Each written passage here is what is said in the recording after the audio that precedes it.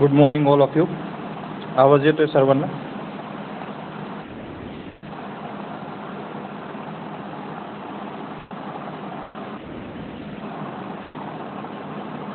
My voice is clear to all?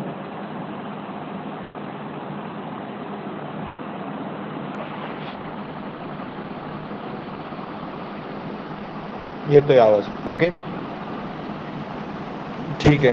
आता आपण 2 chapter पाहिले. 2 चॅप्टरवरच्या तुम्हाला असाइनमेंट पण मी दिलेले आहेत. काही जणांनी लिहिलेलं पण आहेत मे बी. ओके, ठीक. आता त्यावरती टेस्ट पण आपण 2 घेऊयात MCQ टाईपमध्ये. तुम्हाला मॅन्युअल आहे एस्टिमेटिंग अँड कॉस्टिंगला, जे की तुम्ही प्रॅक्टिकलला आपण म्हणजे प्रॅक्टिकल म्हणजे काय तर मॅन्युअल आपल्याला राईटअप करायचं आहे. त्यामध्ये आपल्याला जे आहे ते तुम्हाला एक्सटर्नल, तुम्हाला हे हॅश म्हणजे असतं ते एक्सटर्नल असतं. इथं तुम्हाला स्क्रीनवरती सर्वांना दिसत असेल 3 नंबरला आपला सब्जेक्ट आहे एस्टिमेटिंग अँड कॉस्टिंग. एस्टिमेटिंग कॉस्टिंगचा कोड काय 22,503 आणि तुम्हाला 70 मार्काची थेरी आहे. ॲटलिस्ट तुम्हाला 28 मार्क पाहिजेत पासिंगसाठी. म्हणजे तुम्हाला मी दिलेल्या म्हणजे 100 मार्क्सचा असेल एस्टिमेटिंग कॉस्टिंग, त्यातले 70 मार्क थेरी असेल पेपर तुम्हाला, म्हणजे जो MCQ बेस्ड और समथिंग असेल तसा.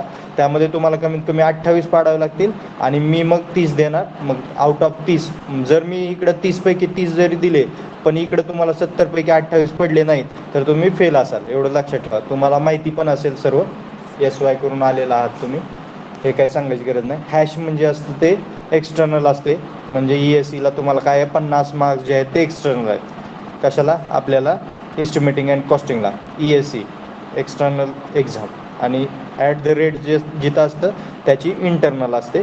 मग ओरल असेल, प्रॅक्टिकल असेल, काय असेल ते आपल्याला नाही आहे. वॉटर रिसोर्स इंजिनिअरिंगला आहे तुम्हाला. आणि पब्लिक हेल्थ इंजिनिअरिंगला पण तुम्हाला 25 मार्क्सची एक्सटर्नल, प्रॅक्टिकल और ओरल. ठीक आहे. आता मग ते मॅन्युअलमध्ये तुम्हाला काय काय करावं लागेल माहिती असेल. तुम्ही SYला वगैरे पाहिलं असेल. ऑनलाईन मॅन्युअल असतं, ते डाउनलोड करायचं, त्याच्या प्रिंट काढायच्या आणि प्रिंट काढल्यानंतर काय करणार तुम्ही, ते जे मॅन्युअल आहे, ज्या गोष्टी आहेत त्या तुम्ही सगळ्या ज्या आहेत त्यामध्ये राईटअप करणार. ओके.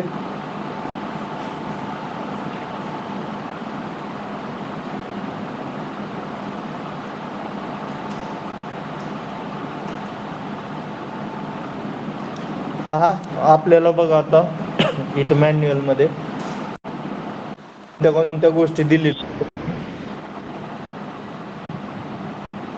आवाज येतोय ना सर्वांना?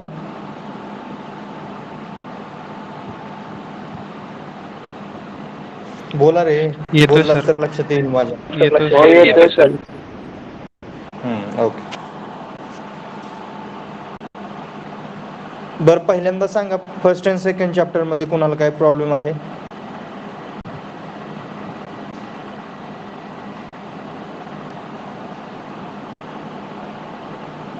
बोला.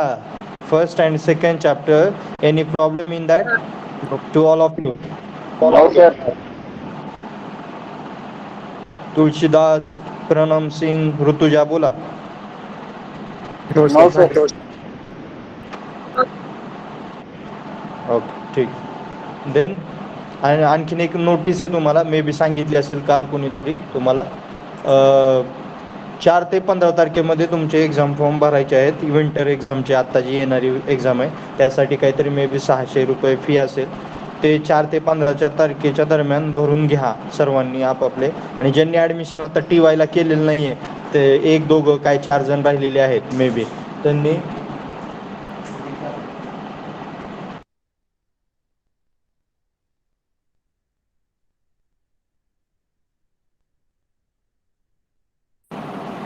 त्यांनी काय करा, ज्यांनी ॲडमिशन घेतलं नाही त्यांनी TYला अगोदर ॲडमिशन घ्या. तुमची काय फर्स्ट इन्स्टॉलमेंट 10,000 15,000 ते भरा 4 तारखेच्या अगोदर. आणि तुमचं काय म्हणजे जे सेकंड इयरची कुणाची तरी फी राहिलेली एक 5-7 जण आहेत, त्यांनी पण सेकंड इयरची फी क्लिअर करा. ठीक आहे. आता बघा फर्स्ट काय आहे तुम्हाला प्रॅक्टिकल आउटकम्समध्ये. त्यामध्ये फर्स्ट आहे prepare the check list of items to be executed with units for detail estimate of the given structure from the given drawing. म्हणजे एक ड्रॉइंग दिलेलं असेल तुम्हाला मॅन्युअलमध्ये त्या पेजवरती, ते ड्रॉइंग किंवा आपण स्वतः आपण एक कोणतं तरी ड्रॉइंग घ्यायचं. कोणतं ड्रॉइंग घेणार? एखाद्या घराची बिल्डिंग, म्हणजे 1 BHK प्लॅन असेल, 1 RK प्लॅन असेल. 1 RK म्हणजे काय? 1 रूम आणि किचन आणि टॉयलेट बाथ म्हणजे 1 RK. आणि 1 BHK म्हणजे काय? 1 बेडरूम, 1 हॉल आणि 1 किचन आणि टॉयलेट बाथरूम म्हणजे 1 BHK. ओके, असा काहीतरी प्लॅन घ्यायचा. आणि त्यातल्या मग काय गोष्टी असतील, मग प्रत्येकाचे युनिट्स म्हणजे कोणत्या कोणत्या गोष्टी आहेत बिल्डिंगमध्ये, त्याचे युनिट्स जे आहेत ते तुम्हाला त्यामध्ये हे राईटअप करावं लागेल. नेक्स्ट सेकंडमध्ये काय बघा, prepare A report on market rates for a given material, labour wedges, higher charges of tools and equipments required to construct the given structure as mentioned in the serial number 1 above. म्हणजे एक कोणता तरी तुम्ही plan घेतलेला आहे किंवा काहीतरी घेतलेला आहे किंवा दिलेला आहे तुम्हाला मॅन्युअलमध्ये, आणि त्याच्या रिलेटेड मग तुम्हाला कोणत्या कोणत्या गोष्टी म्हणजे काय काय लागणार आहे तुमच्या त्या बिल्डिंगसाठी, त्याचं मटेरियल रेट्स काय आहेत मार्केटमध्ये, हा सर्वे तुम्हाला करावा लागेल. ज्यावेळेस आपण फिजिकली कॉलेज वगैरे असतं त्यावेळेस आपण काय करतो, मार्केट सर्वे वगैरे जो तो म्हणजे ज्याच्या त्यानं आपापल्या या ठिकाणी केला तरी चालेल. म्हणजे एखाद्या दुकानामध्ये आपण गेलो तर कशाचे जॉन्सनचे नळ असतील किंवा काय असतील, टॅप्स असतील, तर त्याची प्राईस काय आहे, म्हणजे सॅनिटरी फिटिंगची प्राईस काय, पाईप्सची प्राईस काय, अशा गोष्टी असतील. किंवा नंतर तिथल्या एरियाचं मी सांगितलं तुम्हाला, मे बी तुम्हाला माहिती असेल, DSR डिस्ट्रिक्ट शेड्यूल रेट, प्रत्येक ठिकाणचा जिल्हा वाईज जो आहे तो रेट जो असेल, लेबर रेट असेल किंवा नंतर तुमचे कामाचे चार्जेस असतील ते वेगवेगळे असतात. मग सेंटरिंगचे चार्जेस वेगळे असतात, बांधकामाचे चार्जेस जे असतात ते वेगळे असतात. त्यानुसार तुम्हाला ते जे आहे ते फक्त राईटअप करायचे कशामध्ये, तुमच्या मॅन्युअलमध्ये. नेक्स्ट काय आहे, prepare detail specification for the given items using DSR. म्हणजे DSRमधून सेकंड अँड थर्ड सेमच आहे as prepare the approximate estimate for the given civil engineering works. मग तुम्हाला एखादं कोणती तरी बिल्डिंग आहे किंवा काय जी ड्रॉइंग घेतलेली आहे तुम्ही, फर्स्टच ड्रॉइंग समजूयात, आणि त्याच्यानुसार तुम्हाला त्याचं ॲप्रॉक्सिमेट इस्टिमेट जे आहे ते काढायचं. मग ॲप्रॉक्सिमेट इस्टिमेट कसं काढायचं, कोणत्या कोणत्या गोष्टी, किती मीटर क्यूब, हे आता आपल्याला थर्ड चॅप्टरमध्ये शिकायचं आहे. थर्ड चॅप्टरमध्ये आपण काय शिकणार आहे, एक तर सेंटर लाईन मेथड, दुसरी आहे, आता बघूया तिथं जाऊयात आपल्या इकडं, थर्ड चॅप्टर पहा. थर्ड चॅप्टर सिलेबसमध्ये काय आहे, detail estimate, definition, purpose, data required for detail estimate, procedure of preparation of detail estimate, taking out quantities and abstracting. प्रत्येक ह्याची कोणते डिटेल इस्टिमेट केलं आहे, कोणती तरी गोष्ट करतो आहे आपण, त्याचं प्रत्येक गोष्ट तुम्हाला काय पाहिजे, माहिती पाहिजे. मग त्यामध्ये तुम्हाला 2 मेथड्स असतात. एक असते long hall short hall method. त्या लॉंग हॉल शॉर्ट हॉल मेथडलाच आपण PWD, public work department method असंही म्हणतो. Long hall short hall method has also called as a public work department method, PWD method, and out out method पण म्हणतात काही जण.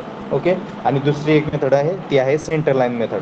आता यामध्ये दोन्हीमध्ये फरक काय आहे, लॉंग हॉल शॉर्ट हॉल मेथडमध्ये आणि सेंटर लाईन मेथडमध्ये, याच्याद्वारे आपण एखाद्या बिल्डिंगचा किती M³ क्वांटिटी आहे, किती मीटर स्क्वेअर क्वांटिटी आहे. आता समजूया बिल्डिंगमध्ये टाईल्स वापरल्या, तर त्या टाईल्स किती किती एरिया कव्हर केलेला आहे, त्या किती गेलेल्या आहेत ते कळेल तुम्हाला. नंतर स्कर्टिंग आपण केलेलं आहे, स्कर्टिंग म्हणजे माहीत आहे टाईल्सच्या वरती जे आपण भिंतीला 4 इंच, 6 इंच, 8 इंच लावतो टाईल्स, म्हणजे छोट्या रनिंग मीटरमध्ये असेल. तुम्हाला युनिट्स ऑफ मेजरमेंट सर्व माहीत आहेत.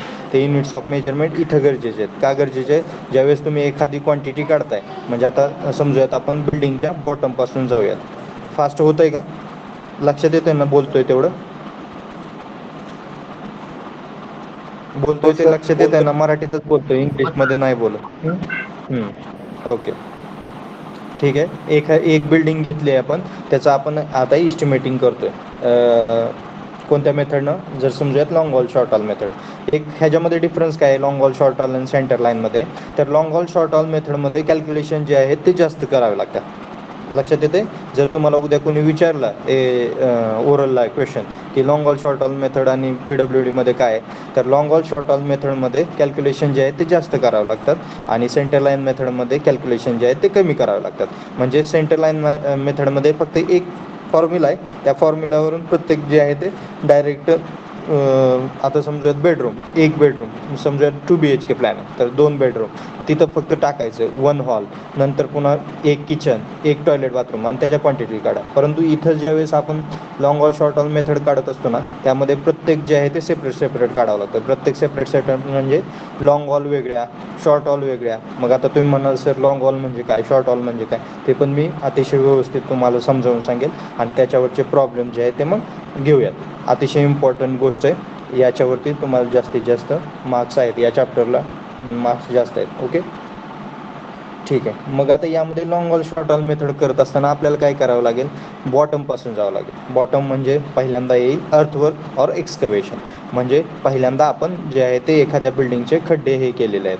मग एक्सकवेशन करत असताना त्यामध्ये आपण काय करतो, पहिल्यांदा PCC करतो. मग PCC तुम्हाला सेपरेट काढावं लागेल.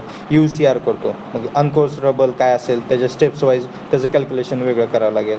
नंतर तुम्हाला काय करावं लागेल, वरती आल्यानंतर ब्रिकवर्क असेल, नंतर टाईल्स असतील, नंतर मग रूम्स असतील, मग रूम्सचं एक्सटर्नल और इंटरनल प्लास्टर असेल, नंतर सिलिंग म्हणजे टेरेस म्हणजे जे आहे त्याचं सिलिंग म्हणजे फॅन वगैरे आपण जिथं लावतो तो वरचा एरिया जो आहे सिलिंग एरिया त्याचं प्लास्टर असेल, पुन्हा नंतर काय असेल स्कर्टिंग असेल. ह्या सर्व गोष्टी ज्या आहेत ते तुम्हाला काढाव्या लागतील. कशामध्ये, long hall and short hall मेथडमध्ये. सेंटर लाईन मेथडमध्ये पण सेम तसंच, फक्त फॉर्म्युला जो आहे तो तिथं एक फॉर्म्युला छोटासा वापरलेला. ठीक आहे. नंतर 3.4 काय सांगतोय, बार बेंडिंग मेथड, बार बेंडिंग शेड्यूल, BBS. त्या साईटवरती गेल्यानंतर सर्वजण BBS असं म्हणतात. म्हणजेच BBSचा लॉंग फॉर्म काय आहे, तर बार बेंडिंग शेड्यूल. अतिशय इम्पॉर्टंट गोष्ट आहे. ज्याला BBS येतं आणि ज्याला PC वरती ते BBS करता येतं किंवा एखाद्याला एक्सेल वगैरे जमत असेल तर तो BBS काढू शकतो, म्हणजे ऑफिसचा जॉब वगैरे पकडू शकतो तो, ज्याला BBS येतो तो. म्हणजे BBSचे पण काहीतरी फॉर्म्युले आहेत, थोडेसे 2-4 फॉर्म्युले आहेत, त्यामधून परफेक्ट होतं. ज्यावेळेस तुम्ही नंबर ऑफ टाईम्स वेळा सोडवाल त्यावेळेस तुमच्या लक्षात येईल कुठं काय काय. आता नोट्समध्ये मी दाखवेल तुम्हाला कोणत्या गोष्टी आहेत, काय BBS म्हणजे काय. बार बेंडिंग शेड्यूल म्हणजे एखादा बार आहे, 8 mm असेल, 10 mm असेल, 12 mm असेल, 16 mm, समथिंग कोणताही असेल. त्याचं कसं काढतो आपण, वेट सांगितलेलं आहे मी तुम्हाला, D²/162, बरोबर. 5²/162 म्हणजे जो आपला डायमीटर ऑफ बार आहे (²/162 करायचं. त्याचं जे आलेलं आन्सर असेल ते म्हणजे 1 मीटरचं वेट झालं त्या बारचं. मग आपला बार जो असतो तो 12 मीटरचा बार असतो. 12 गुणुले जे आलेलं आन्सर आहे ते म्हणजे 1 बारचं वेट झालं, ते आपण काढायचं आहे. मग ते BBSमध्ये तुम्हाला शिकायला भेटेल कोणत्या कोणत्या गोष्टी कशा करतात, कुठं बेंटअप केल्यानंतर किती 9D 2D और 16D 8D 6D काय असेल ते तुम्हाला लक्षात येईल, त्या गोष्टी शिकवत असताना लक्षात येईल. ओके, नेक्स्ट पॉईंट आहे steel requirement for footing, column, beam, lintel, छज्जा अँड स्लॅब. मला आता मी एक प्रश्न विचारतो, मला आन्सर कोण देते पाहूयात. मला सांगा, फुटिंगसाठी कवर किती ठेवायचं, कॉलमसाठी किती ठेवायचं, बीमसाठी किती ठेवायचं आणि स्लॅबसाठी किती ठेवायचं. प्लीज टेल मी.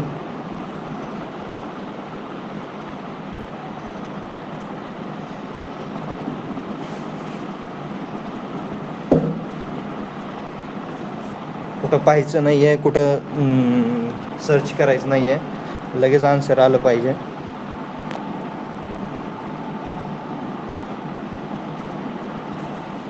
चला बोला. Asmita More, 50 to 75 mm for what.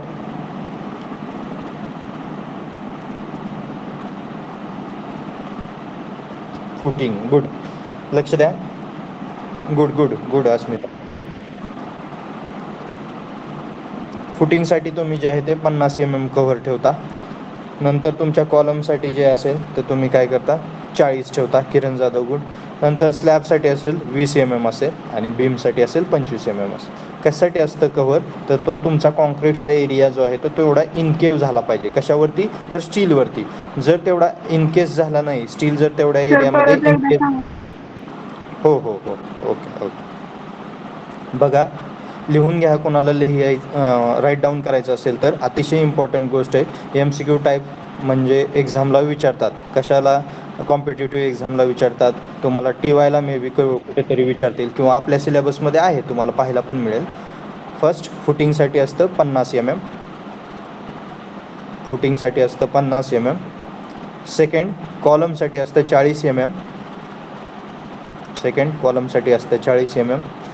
Third बीमसाठी असतं 25 mm. बीमसाठी असतं 25 mm. आणि स्लॅबसाठी असतं 20 mm, 20 mm. ओके. आता कव्हर म्हणजे काय लक्षात येते? कव्हर म्हणजे काय तर जेवढा स्टील यूज केलेला आहे त्या स्टीलचा एरिया इनकेसिंग झाला पाहिजे दोन्ही बाजूनी तेवढ्या एम एमने. म्हणजे बघा 50 mm कव्हर म्हणजे खालून जे आहे ते कव्हर ब्लॉक लावायचे. फुटिंग चालू आहे तुमचं, PCC केलेले फुटिंग करताय त्यावेळेस कव्हर ब्लॉक जो आहे तो खालून लावायचा. म्हणजे 50 mm जाडी जी आहे ती भरली पाहिजे. कशाच्या? त्या अंथरलेल्या स्टीलच्या खालती 50 mm जाडी जी आहे ती कॉन्क्रीटनं भरली पाहिजे. लक्षात येते? कॉलम भरतोय. आता कॉलम उभा आहे, कॉलममध्ये समजूयात तुम्हाला पण मी पण सांगितलं असेल मे बी अगोदरच, दुसऱ्या तिसऱ्या लेक्चरला झालं असेल. सर्क्युलर कॉलम असेल तर सर्क्युलर कॉलममध्ये DSR मध्ये शिकत असाल, DSR मध्ये शिकायला पण भेटेल तुम्हाला. RCC डिझाईन काय शिकताय तुम्ही त्यामध्ये. कमीत कमी सर्क्युलर कॉलममध्ये 6 बार असतात. कॉम्पिटेटिव्ह एक्झामला आलेला क्वेश्चन आहे. अतिशय छोटे छोटे स्मॉलर क्वेश्चन असतात, परंतु माहिती नसत्या गोष्टी, त्यामुळं असे क्वेश्चन जे आहेत ते चुकतात. आणि तिथं ऑप्शनमध्ये 4, 6, 5, 3, 2 असे असतात, त्यामुळे तुमचं आन्सर जे आहे ते चुकतं. सर्क्युलर कॉलममध्ये कमीत कमी बार्स जे असतात ते 6 बार्स लागतात. आणि रेक्टँग्युलर कॉलममध्ये कमीत कमी बार्स जे असतात ते 4 असतात. ओके. आता कॉलममध्ये कव्हर कुठं असला पाहिजे तर कॉलममध्ये जर समजूयात आपला रेक्टँग्युलर कॉलम आहे, त्यामध्ये 6 किंवा 8 बार आहेत, तर ते जे दोन्ही बाजूचे बार आहेत ना त्याच्या दोन्ही बाजूला साईडला 40 mm कॉन्क्रीट जे आहे ते झालं पाहिजे, इनकेसिंग केलं पाहिजे बार. नंतर बीमच्या खालती कव्हर ब्लॉक लावल्यानंतर 25 mm ची जाडी जी आहे ती कॉन्क्रीट झालं पाहिजे, म्हणून बीमला 25 mm चं कव्हर दिलेलं आहे. ओके. साईडनं पण तेवढंच काय असेल ते भरला पाहिजे बीम. साईज काय असेल ती बीमची 230 बाय 300 और समथिंग 300 बाय 450 काय असेल ते. आणि लास्ट स्लॅब इनकेसिंग करताना स्लॅबच्या खालती ज्यावेळेस आपण स्टील अंथरतो ना स्लॅबमध्ये पण 2 मेथड असतात. ओंकार करपे फास्ट होते. ओके सॉरी, स्लो सांगतो. बघा स्लॅबमध्ये होतो आपण. आता स्लॅबमध्ये तुम्ही DSR मध्ये शिकला असाल. DSR मध्ये शिकताना तुम्ही पाहिलं असेल स्लॅब म्हणजे दोन प्रकारचे असतात. एक असतो 1 वे स्लॅब, दुसरा असतो 2 वे स्लॅब. 1 वे स्लॅब म्हणजे काय कोण सांगेल? 2 वे स्लॅब म्हणजे काय कोणी सांगू शकेल प्लीज?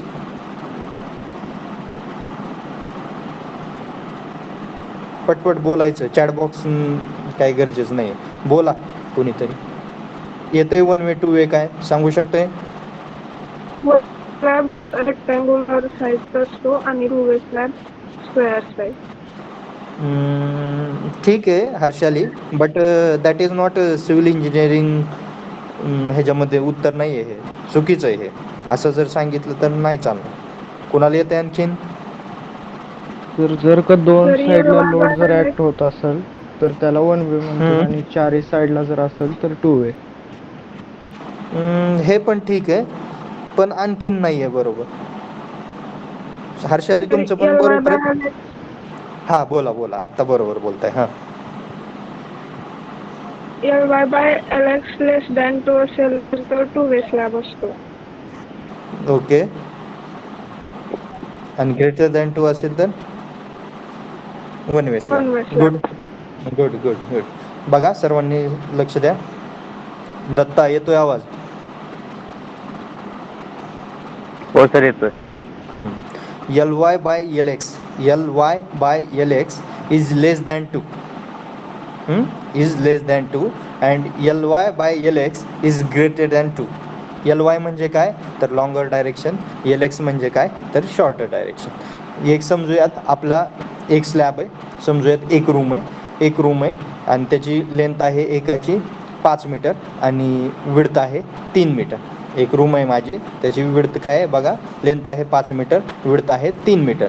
बघा Ly by Lx 5 divided by 3 किती आला आन्सर कोण सांगेल? 5 divided by 3 please tell me. 5 divided by 3 please tell me how much?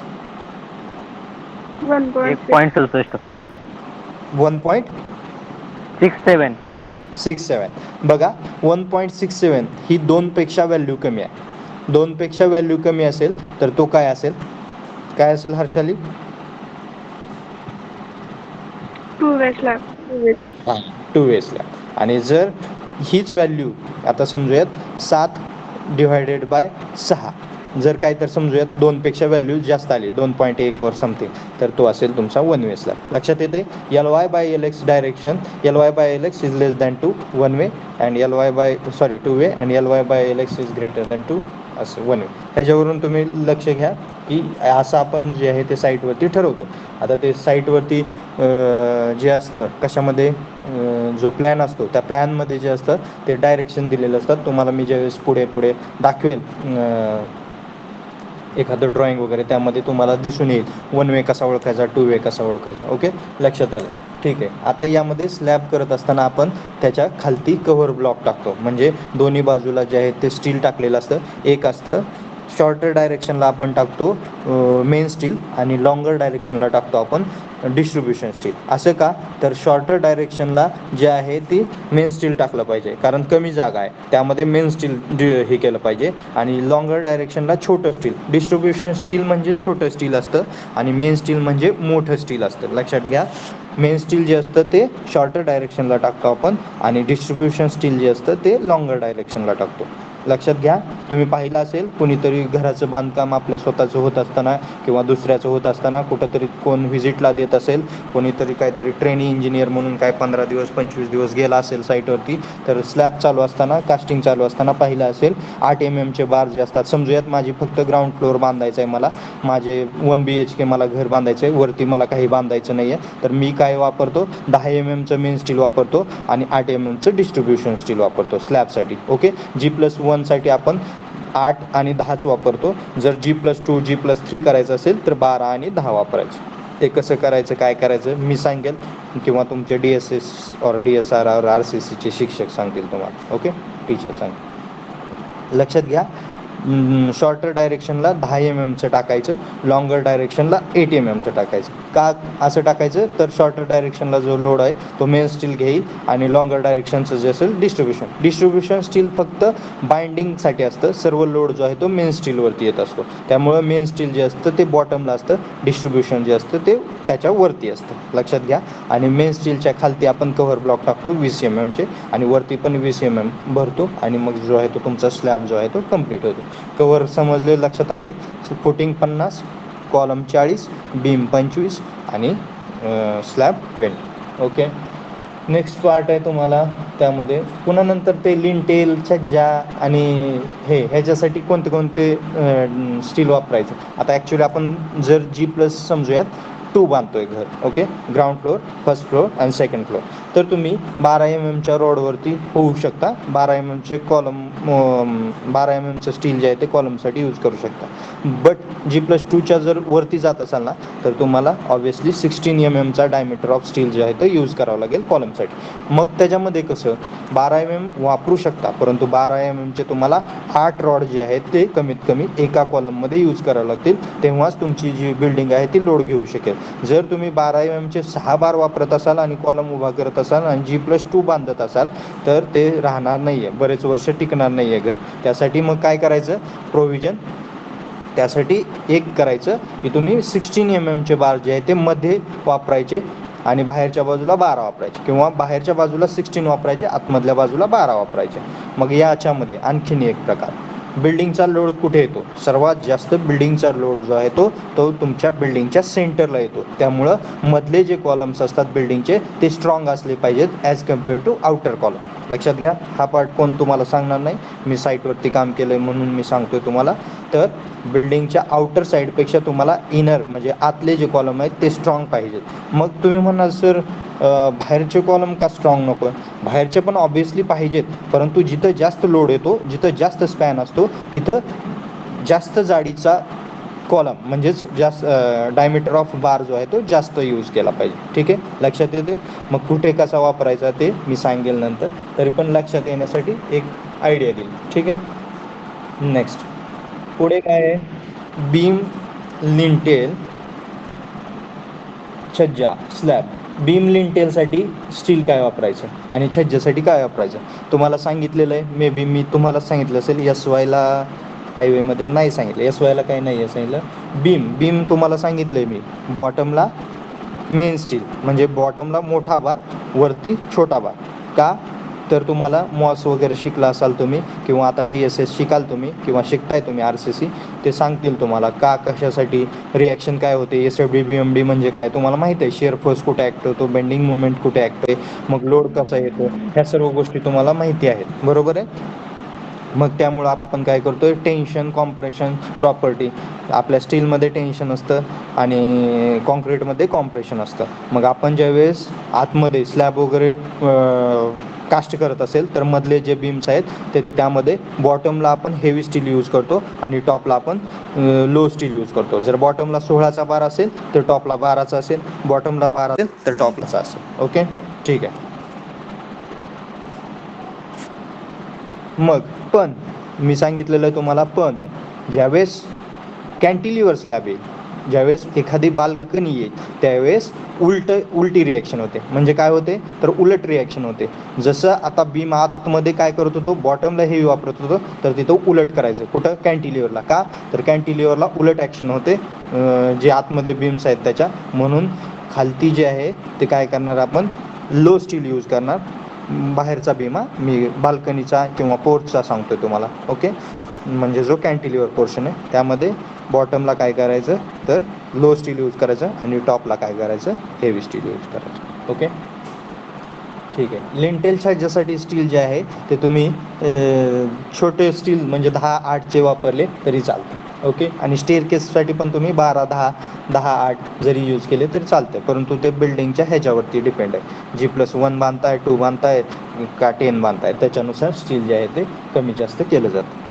ठीक आहे. नेक्स्ट पुढे 3.6 provisions in detail estimate. Provisions in detail इस्टिमेटमध्ये सांगितलं आहे त्यांनी, contingencies, work charge establishment, sentence charges, water supply and sanitary charges and electrician charges. आता हे जे चार्जेस असतात ते बिल्डिंगच्या टोटल इस्टिमेटेड कॉस्टच्या पर्सेंटेजमध्ये असतात. ते तुम्ही बघणार आहेत, आपण पाहूयात ज्यावेळेस आपण बघणार आहे. समजूयात कॉन्टिजन्सी आहे, समजूयात वर्क चार्ज इस्टॅब्लिशमेंट, मग 1.5%, 2%, 2.5% टोटल इस्टिमेटेड कॉस्टच्या. मग ह्यामध्ये वर्क चार्ज इस्टॅब्लिशमेंटमध्ये कोण येतं, कॉन्टिजन्सीजमध्ये कोण येतं, सेंटेज चार्जेस म्हणजे काय, वॉटर सप्लाय चार्जेस जे असतात ते 1.5% ऑफ टोटल इस्टिमेटेड कॉस्ट असतात आणि सॅनिटरी चार्जेस जे असतात ते 5% असतात आणि इलेक्ट्रिफिकेशन चार्जेस 8% असतात. असं टोटल इस्टिमेटेड कॉस्टच्या जे आहे ते आपण पाहणारच आहे तुमच्या लक्षात येईल. ओके, आणि लास्ट पॉईंट या चॅप्टरमधला 3.7 prime cost, provisional sum, provisional quantity, bill of quantity, spot item और साईट आयटम. डे वर्क म्हणजे एका दिवसामध्ये एक माणूस किती काम करतो, काय करतो, कोणत्या गोष्टी, हे सगळं तुम्हाला तर हे पुढचा जो चॅप्टर आहे 4th चॅप्टर, रेट ॲनालिसिस, यामध्ये तुम्हाला काय पाहायचं आहे तर यामध्ये तुम्हाला प्रत्येक माणसाचा म्हणजे जो काम करतो त्याचा साईटवरचा रेट पाहायचा आहे. मग मेसन असेल, हेड मेसन असेल म्हणजे बांधकाम करणार असेल, गौंडी असेल त्याचा रेट असेल, लेबर मजदूर म्हणजे जे असतात लेडीज असतील, जेंट्स असतील त्यांचे रेट्स काय असतात जे काम करतात साईटवर, म्हणजे 250, 300, 350, 400 काय असेल, हेडमेसन काय 600, 700, असे सर्व त्यानुसार तुम्हाला जे आहे ते म्हणजे रेट ॲनालिसिस करता येईल. कॉस्ट जी आहे ती त्या बांधकामाची किंवा काय ती काढता येईल. मग ह्या डे वर्कमध्ये एका दिवसामध्ये एक व्यक्ती हेडमेसन और मेसन किती काम करतो, 1.25 मीटर क्यूब काय समथिंग किती असेल, ब्रास काय समथिंग, हे सर्व तुम्हाला शिकायला भेटेल. मग त्यानंतर त्यामध्ये तुम्हाला रेट ॲनालिसिसमध्ये तुम्हाला काढायचं आहे की काय काय करतो आपण, कोणत्या कोणत्या गोष्टीचा कसा रेट काढला जातो, ह्या सर्व गोष्टी ज्या आहेत त्या तुम्हाला शिकायला मिळतील. मग क्वांटिटी कशा काढायच्या, ब्रिक कशा काढायच्या, सिमेंट कसं काढायचं, ॲग्रिगेट कशी काढायची, ह्या सर्व गोष्टी ज्या आहेत तुम्हाला शिकायला मिळतील. किती पर्सेंटेज कोणत्या गोष्टीच्या, हे सर्व जे असेल ते तुम्हाला रेट ॲनालिसिसमध्ये पाहायला भेटेल. नेक्स्ट लास्ट चॅप्टर आहे आपला estimate for civil engineering works. मग त्यामध्ये काय काय अर्थवर्क क्वांटिटीज काय आहे ते आपण नंतर पुढे गेल्यानंतर पाहूया.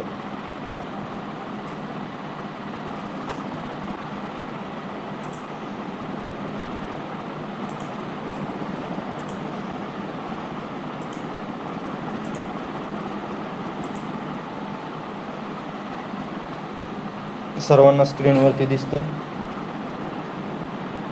हो सर.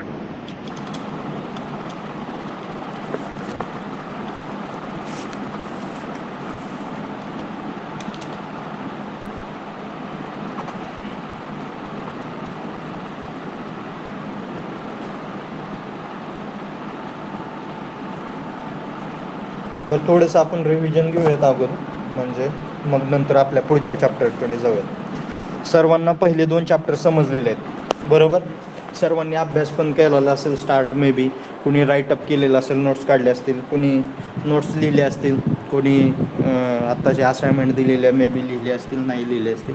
ठीक आहे, मंडेपर्यंत क्लिअर करा. संडे मंडे टेस्ट होईल, कधी होईल मी पण सांगू शकत नाही. दोन्ही चॅप्टरवरती 2 टेस्ट होतील. तिसरा चॅप्टर आपण स्टार्ट करतो. त्याच्या अगोदर आणखीन गोष्टी क्लिअर करूयात, थोडंसं पाठीमागं जाऊयात.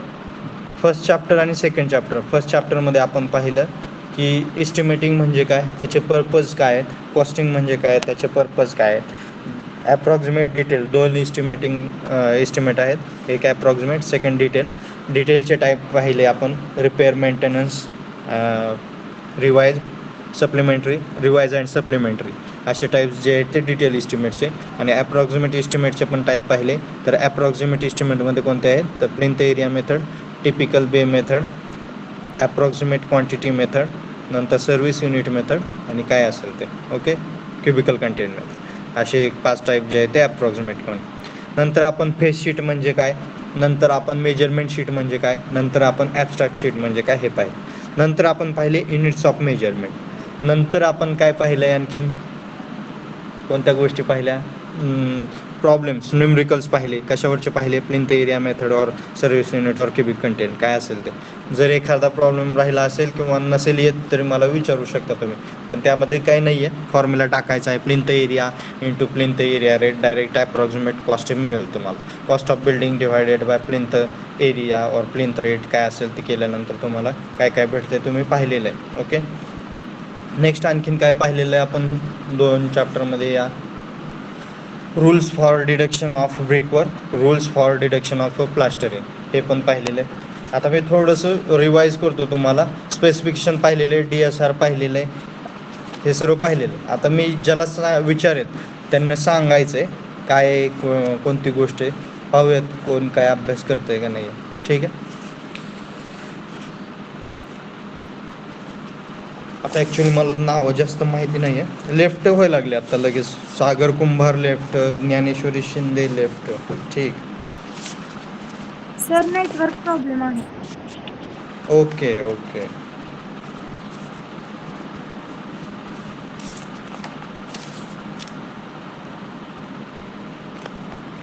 ठीक आहे, दत्ता माने सांगा DPCचं युनिट काय. Metre square. Metre square. Okay. Rutuja सांगा अर्थवर्क एक्सकवेशनचं युनिट काय. Metre square. मीटर स्क्वेअर और metre cube. Metre cube. Dnyaneshwari PCCचं युनिट काय आहे. Metre cube. सर होऊन देत नाही, रिपीट करा. PCCचं युनिट काय. प्रतीक, ज्याला विचारलं त्यांनी सांगायचंय. रोल नंबर 53 आहे present. 53 present. 53 present. 60 present.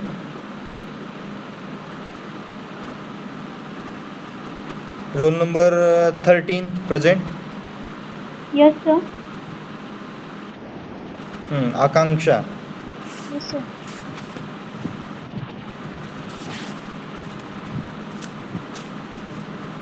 प्लास्टरिंगचं unit काय आहे आकांक्षा.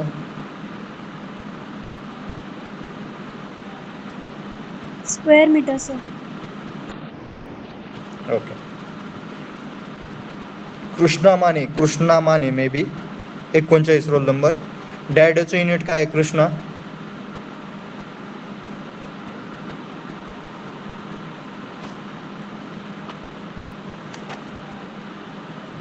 प्रतीक, डॅडचं युनिट काय रे प्रतीक.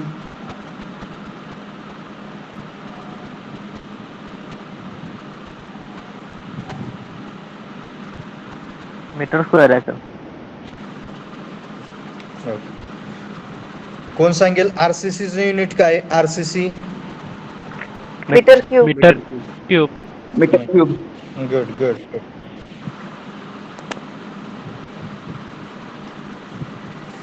ठीक आहे. ओके, अभ्यास करा.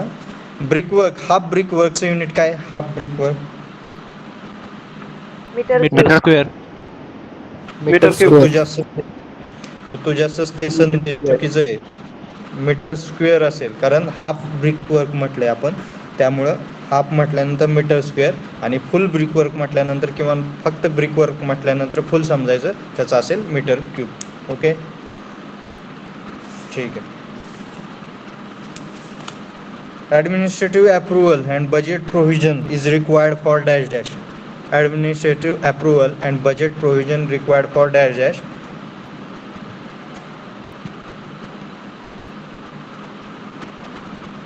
प्रथमेश, किरण, रितेश बोला. प्रथमेश, किरण, Riteish. Administrative approval and budget provision is required for dash dash, and technical sanction is required for dash dash.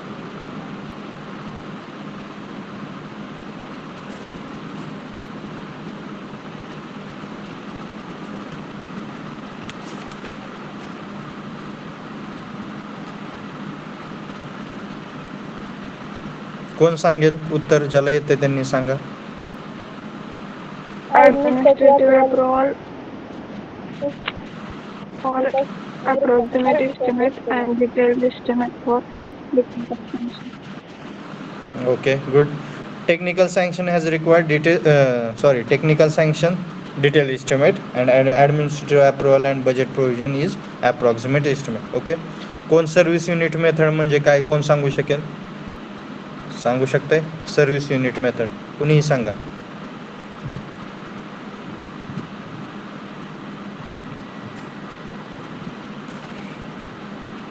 Service unit नावातच आहे. पर युनिट जे आहे ते आपल्याला डिझाईन करायचे. कोणतीही गोष्ट आपण जी डिझाईन करतोय तिला पर युनिट डिझाईन करायचं. पर युनिट डिझाईन करणे म्हणजेच काय, तर समजा थिएटर आहेत पर सीट, समजा हॉस्पिटल आहे तर पर बेड, समजा क्लासरूम्स आहेत तर पर बॉईज और काय समथिंग त्यांचं काय असेल, बेंच असेल. ओके, निखिल गोगरे, ठीक आहे. ओके, प्लिंथ एरिया आपण पाहिलेलं आहे. त्याचा प्लिंथ एरिया मेथडमध्ये काय, plinth area rate of existing building is equal to cost of construction of existing building divided by plinth area of same building.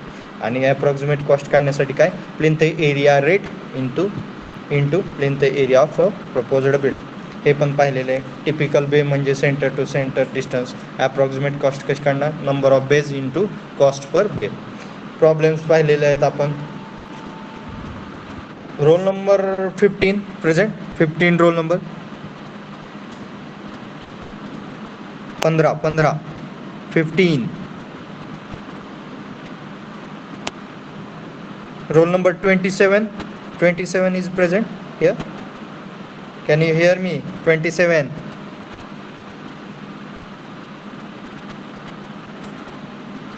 29.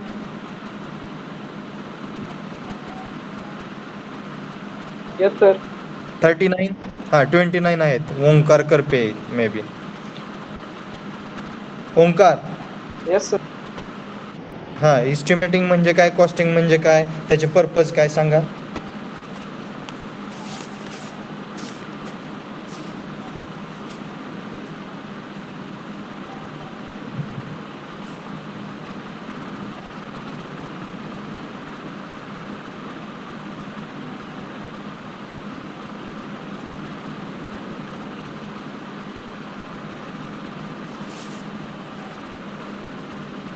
अस्मिता मोरे सांगा.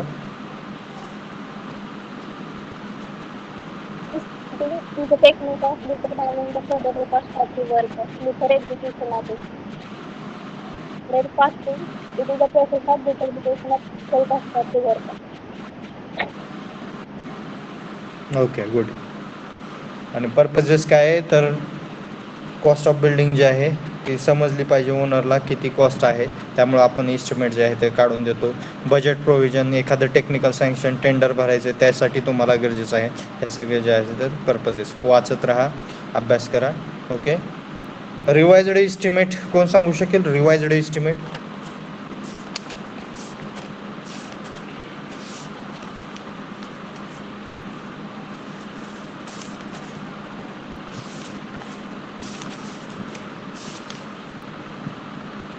ऋतुजा सस्ते आणि ऋतुजा देशमुख मे बी.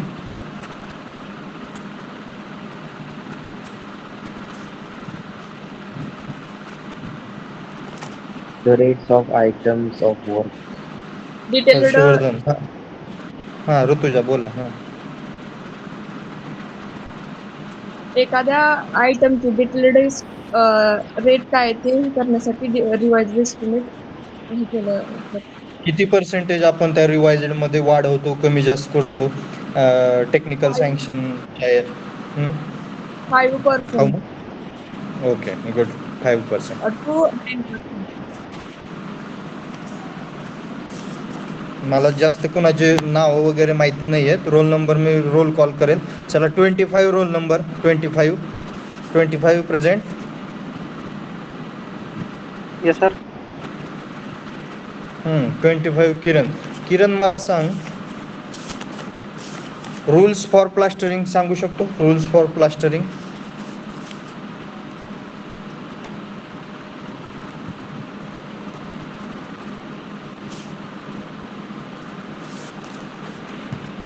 तर मी सांगू Rules for plastering. No deduction are made for opening of area not exceeds of 0.5 meter square each, and no addition are made for jumps तू बघून and seals सांगतो of the Kiran. opening. बघून सांगतोय किरण, तू पाहून सांगतोय, न बघता सांगत नाहीये तू. कारण तू एवढं सगळं डिटेली एक ना एक वर्डिंग क्लिअर सांगायला लागलाय. असं नाही करायचं. तू मनाने सांग ना, तुला जेवढं येतंय ते मराठीत बोलला तरी चालेल. असं काही नाही की इंग्लिशमध्ये सांग. एवढं सोपं आहे यार, असं नका करू. 0.5 मीटर स्क्वेअरच्या खालती एरिया असेल नो डिडक्शन. 0.5 मीटर सांगा स्क्वेअर टू 3 मीटर स्क्वेअर. हा बोला, कोणाला बोलायचं. सांगू का हो बोला. जर एरिया 0.5 मीटर स्क्वेअरच्या खाली असेल तर तिथे डिडक्शन होत नाही. ओके प्लास्टरिंगचा एरिया 0.5 म्हणजे more than 0.5 and less than 3 metre square असेल तर तिथं वन फेस और वन साइडला डिडक्शन होतं. आणि जर एरिया ओके जर 3 मीटर असेल तर दोन्ही साइडला और 2 फेसला डिडक्शन होतं. Okay good. जर एरिया 3 मीटर स्क्वेअरच्या वरती जर असेल ओपनिंग एरिया तर दोन्ही बोथ साईडला आपण डिडक्शन जे आहे ते तेवढं करतो. ओके किरण, लक्षात ठेव, सोपं आहे, काही अवघड नाही आहे. तसेच rules for deduction in brick works आहेत. Yes, sir. ठीक आहे, सर्वजण हुशार आहे. मेजरमेंट शीटमध्ये कोणत्या कोणत्या गोष्टी असतात कोण सांगू शकेल? रोल नंबर 9 और रोल नंबर 11 मे बी. काय नाव आहेत माहित नाही, सांगा. Serial number, description Number of of the item, item. length, breadth, quantity and total package. Okay good. हेच जे आहे ते मेजरमेंट शीट तुम्हाला कशासाठी लागणार आहे तर ज्यावेळेस तुम्ही थर्ड चॅप्टर पाहताय त्यामध्ये PWD मेथड म्हणजेच कोणती long wall short wall method आणि सेंटर लाईन मेथड ज्यावेळेस पाहतोय आपण त्यामध्ये तुम्हाला हे लागेल काय. फर्स्ट कॉलममध्ये SR नंबर, सेकंड कॉलममध्ये पर्टिक्युलर्स और डिस्क्रिप्शन ऑफ आयटम, थर्डमध्ये numbers LBH, fourth fifth six आणि नंतर क्वांटिटी अँड टोटल क्वांटिटी. हे जे ते तुम्हाला लागेल. हळूहळू पाठ होऊन जाईल. तुम्हाला ॲबस्ट्रॅक्ट शीट होईल, फेस शीट होईल, रेट अनालिसिस शीट असेल ते होईल. नंतर तुम्हाला BBS मध्ये पहा काय काय असतं. BBS मध्ये may be SR number, description of item, shape of बारचा शेप कसा आहे, नंबर ऑफ बार्स किती असतात म्हणजे कोणत्या कोणत्या MM किती बार्स आहेत त्याचे, डायमीटर ऑफ बार त्याचा separate, length of bar in metre त्याचा सेपरेट कॉलम, नंतर टोटल लेंथ, नंतर weight per metre 5 square divide by 162 आणि टोटल वेट. हे सर्व जे आहे ते तुम्हाला BBS मध्ये तुम्हाला ते त्याचा एक चार्ट जो आहे तो असेल आणि त्यामध्ये तुम्हाला सगळं जे आहे ते काढायचं आहे. सोपं आहे अतिशय, काही असं अवघड असं नाही आहे. परंतु सर्व गोष्टी थोड्याशा मगअप करणे, थोड्याशा लक्षात ठेवणे हे सर्व करावं लागतं. आणि यातलं 30% 40% साईटवरती यूज होईल. साईटवरती गेल्यानंतर आणखीन थोडेसे चेंजेस असतात प्रॅक्टिकली, त्या तुम्हाला तिथे गेल्यानंतर साईटवरती गेल्यानंतर लक्षात येईल. परंतु हे BBS वगैरे ॲज इट इज वरती साईटवरती पण यूज होतं, लक्षात ठेवा. त्यामुळं चांगलं हे करा, स्टडी करा. मी सांगेलच. आता आपण 2 मिनिटाचा ब्रेक घेऊयात आणि 2 मिनिटामध्ये आपण स्टार्ट करूया. ठीक आहे.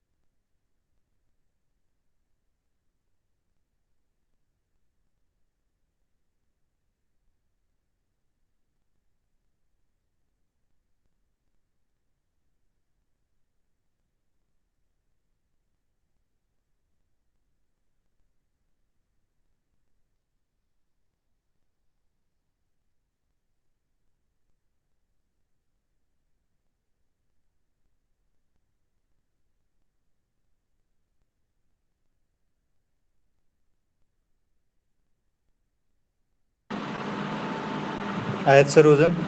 ओके.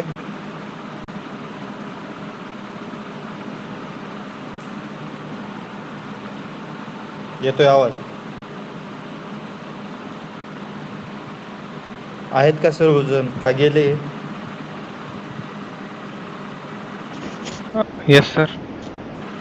ओके.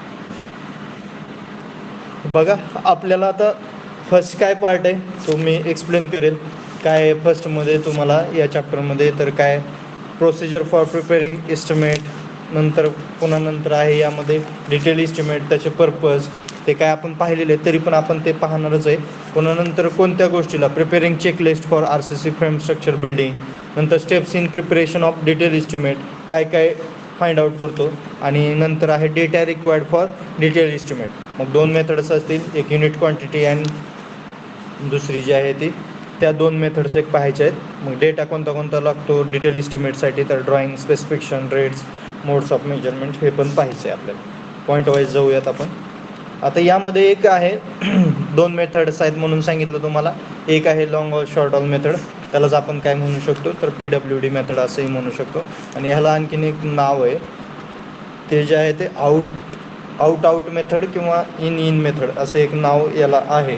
ते ॲक्च्युली नाही आहे इथं दिलं आहे, जो इथं दिसते तुम्हाला out to out and in to in method, हे पण विचारू शकतात. Long or short all method has also called as out to out and in to in method असं पण म्हणू शकता, किंवा PWD मेथड असंही म्हणू शकता. 2 मेथड. आता यामध्ये लॉंग ऑर शॉर्ट ऑलमध्ये कॅल्क्युलेशन जास्त करावं लागते आणि सेंटर लाईनमध्ये कमी करावं लागते. परंतु आपल्याला एखादा प्लॅन दिलेला असेल, आता इथं बघा फॉर एक्झाम्पल समजूयात एक प्लॅन दिलाय, म्हणजे एक रूम आहे समजूयात 5 metre by 3 metre. Okay, 5 metre length 3 metre width अशी एक रूम दिलेली आहे. तर तिचं आपण पहिल्यांदा काय करायचं, दिलेली रूम असते ना तिचा एक सेंटर लाईन प्लॅन तयार करायचा. मग यामध्ये लॉंग ऑल कोणती आणि शॉर्ट ऑल कोणती, तर जी लॉंगेस्ट डायरेक्शन असते ती असते लॉंग ऑल, आणि जिथं शॉर्टेस्ट डायरेक्शन असते तिथं शॉर्ट ऑल. तुम्ही म्हणाल सर तसंच असणार ना, परंतु जसं प्लॅन येतील ना तसं लक्षात येईल.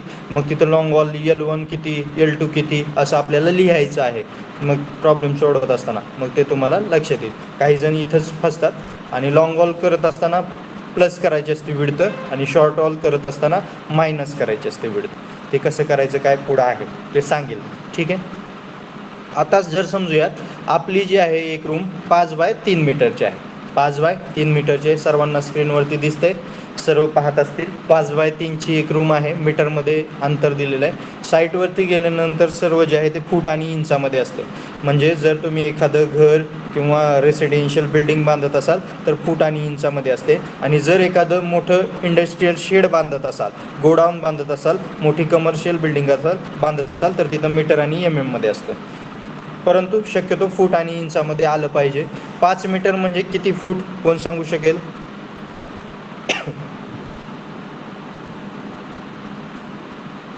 5 मीटर म्हणजे किती फूट यार, लगेच सांगितलं पाहिजे. 1 मीटर इज इक्वल टू 3.28 फूट, म्हणजे 5 गुणुले 3.28 15-16 फूट काहीतरी समथिंग असेल, म्हणजे 5 मीटर म्हणजे तेवढं फूट. लक्षात घ्या सर्वांनी, फूट आणि इंच काय, एका फुटामध्ये किती inch, 12 inch. 1 inch is equal to किती सेंटीमीटर और MM काय असेल ते लक्षात घ्या.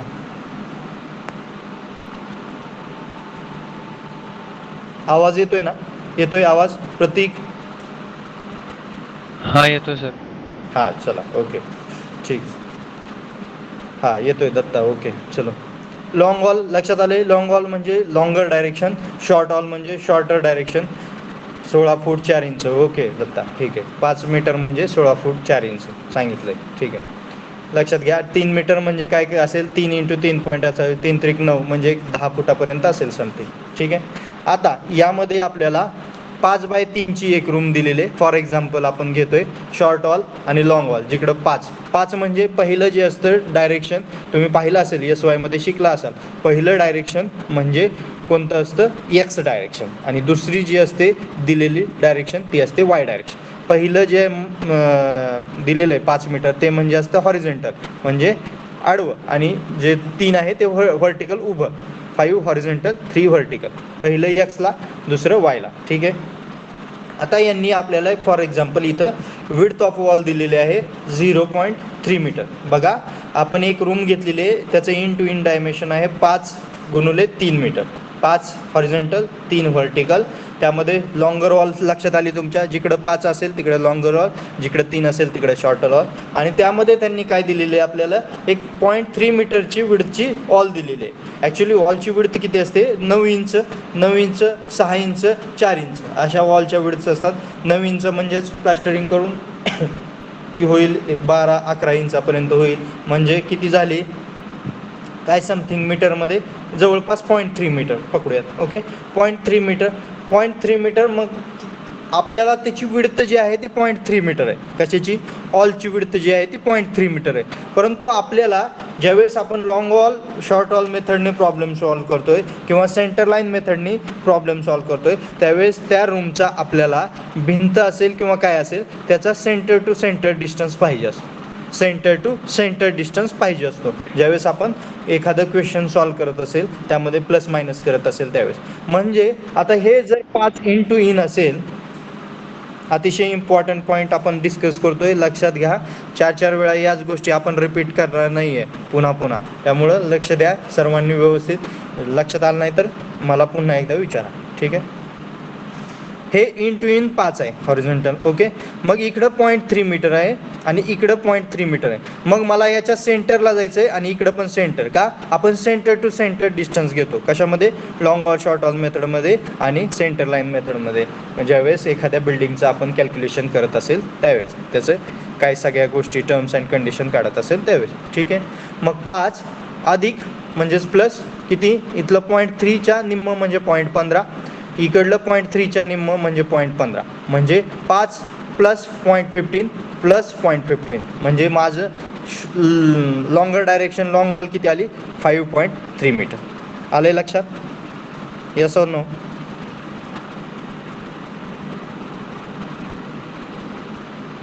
Yes, sir. All of you, you are listening, my voice is clear to all. That is so easy, that is not a hard part, but listen carefully because this is the base of your problems. On this part you have to solve so many problems, and in your life this is too much important part. Okay, then second one is a short wall. Short wall is a 3 meter vertical direction. In this short wall, again this width is a 0.3 meter and this width is a 0.3 meter. Okay, into in dimension is a 5/3 meter, but in vertical 3 meter into in, but another side both side are 0.3 meter width of wall. This another side is a 0.3 meter width of wall. Then we have to find short wall, center to center distance of this wall. Then this 0.15 plus into 3 plus this 0.15 plus into 3, 3 plus 0.15 plus 0.15, then we get answer 3.3 meter short wall. Long wall 5.3 meter, short wall 3.3 meter. Good. Okay, Sarthak आले लक्षात. बघा steps कशा solve करतो आपण. How to solve problem of this long or short wall method. First we are draw the center line plan. Draw the center line plan. Second, consider all spanning in horizontal direction as a long wall and vertical direction as a short wall. Horizontal direction is a long wall and vertical direction as a short wall. इथं म्हटलंय खरं in plan और vice वर्सा. बघा इथं काय म्हटलंय, इथं पहिली लाईन म्हटलंय लॉंग वॉल तुम्ही कोणती यूज करा म्हटलंय त्यांनी, horizontal wall is called as a long wall and vertical wall is a short wall. But जर असंच आपण प्रत्येक प्लॅन मध्ये केलं ना तर तसं पण बरोबर येत नाही, हा एवढं लक्षात ठेवा. त्यामुळे इथं पुढे लाईन दिलेली आहे इन प्लॅन और व्हाइस वर्सा, म्हणजे जसं चेंजेस असतील तशा. जर व्हर्टिकल वॉलला जर लॉंगर डायरेक्शन असेल ना, म्हणजे जास्त मेजरमेंट असेल, जर समजा इथंच याच प्लॅनमध्ये 5/3 आहे, जर इथंच 3/5 असतं ना तर 3 हॉरिझॉन्टल आपण शॉर्ट वॉल घेतली असती आणि 5 व्हर्टिकल जे आहे ते लॉंग वॉल घेतलं असतं. लक्षात येते सर्वांच्या, येस और नो.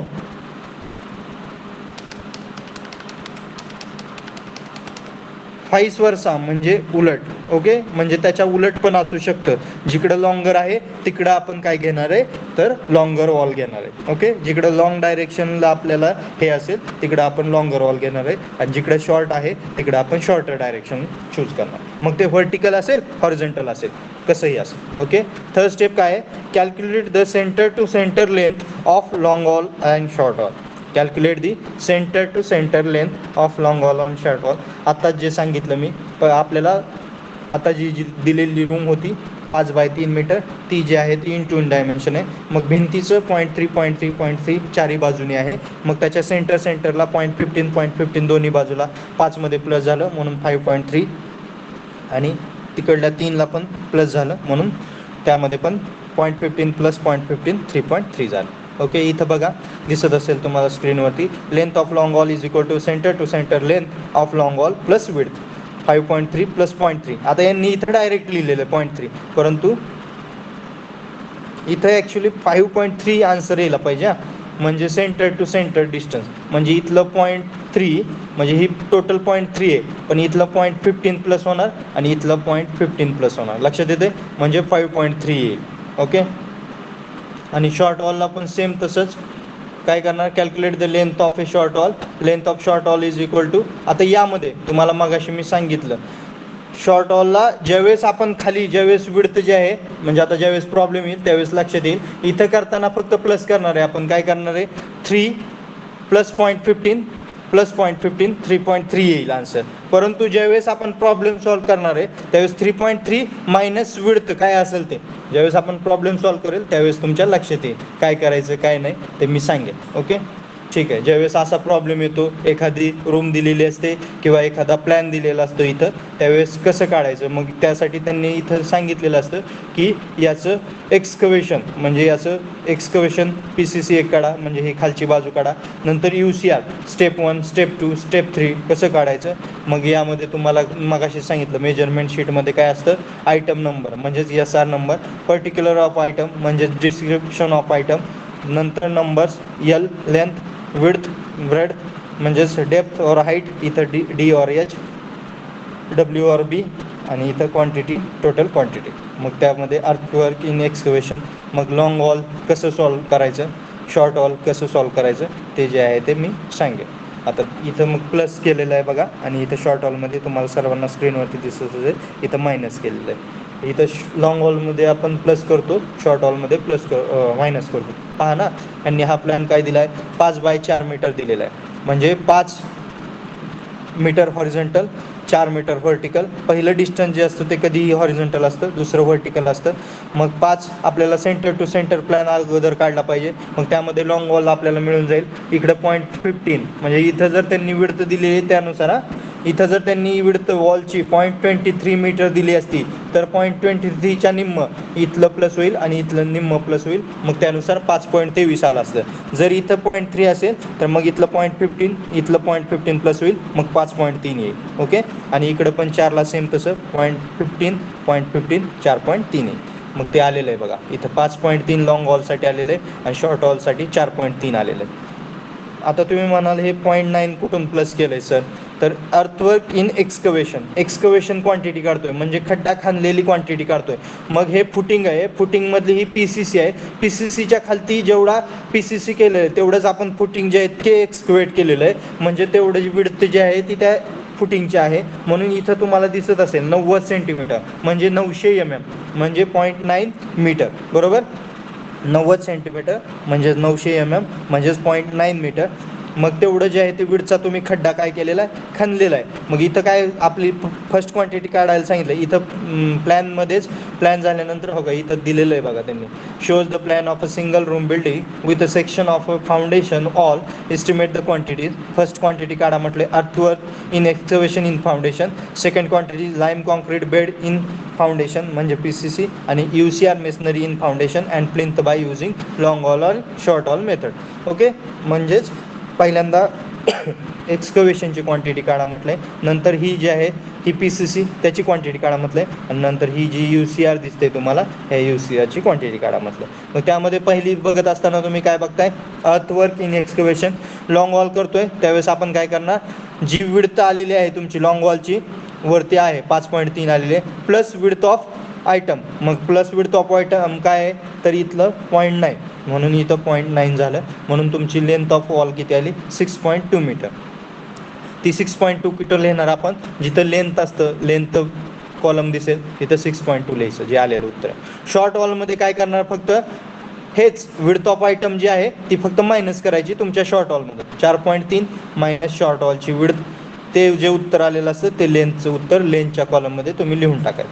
शॉर्ट वॉलमध्ये फक्त मायनस. आता तुम्ही म्हणा सर इथं नंबर्स दिसत आहेत मग इथं 2 कसं काय आहे सर तर पहा हे 5 आहे 5.3 कसं आलं असं एक आहे 5.3 हॉरिझॉन्टल आणि व्हर्टिकलला किती आहे 4.3. बट 4.3 जे आहे ते इकडं पण आहे आणि इकडं पण आहे. रूम काय फक्त एका बाजूला लाईन पकडली तर कंप्लीट नाही होणार तर दोन्ही बाजूच्या लाईन पकडाव्या लागतील. म्हणून ह्या शॉर्ट वॉल ज्या आहेत त्या 2 झाल्या 1 2. लॉंग वॉल पण 2 झाल्या 1 2.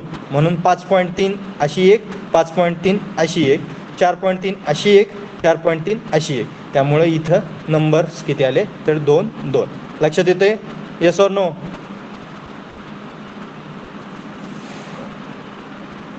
रिपीट करा एकदा.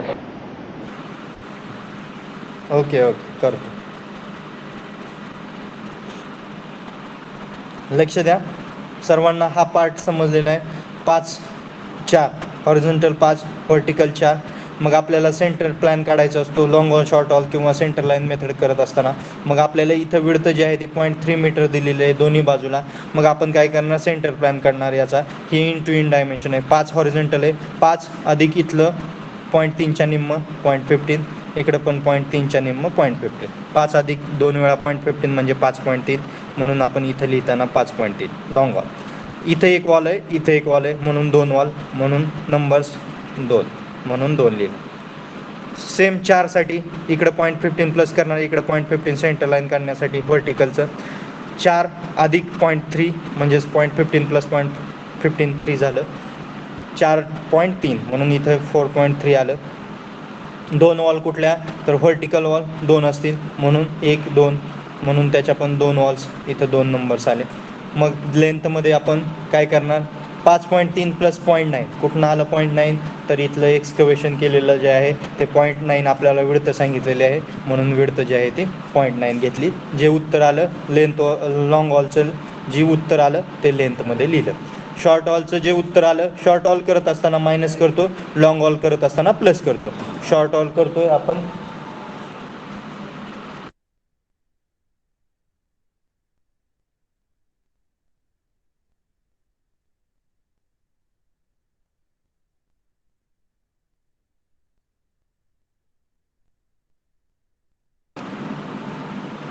तर मग आपण लेंथमध्ये जे आहे ते आलेले उत्तर जे आहे ते लिहिले. ओके आलं संकेत समजलं हो. ओके सगळ्यांना समजलं असेल. आता नेक्स्ट विड्थ काय लिहायची.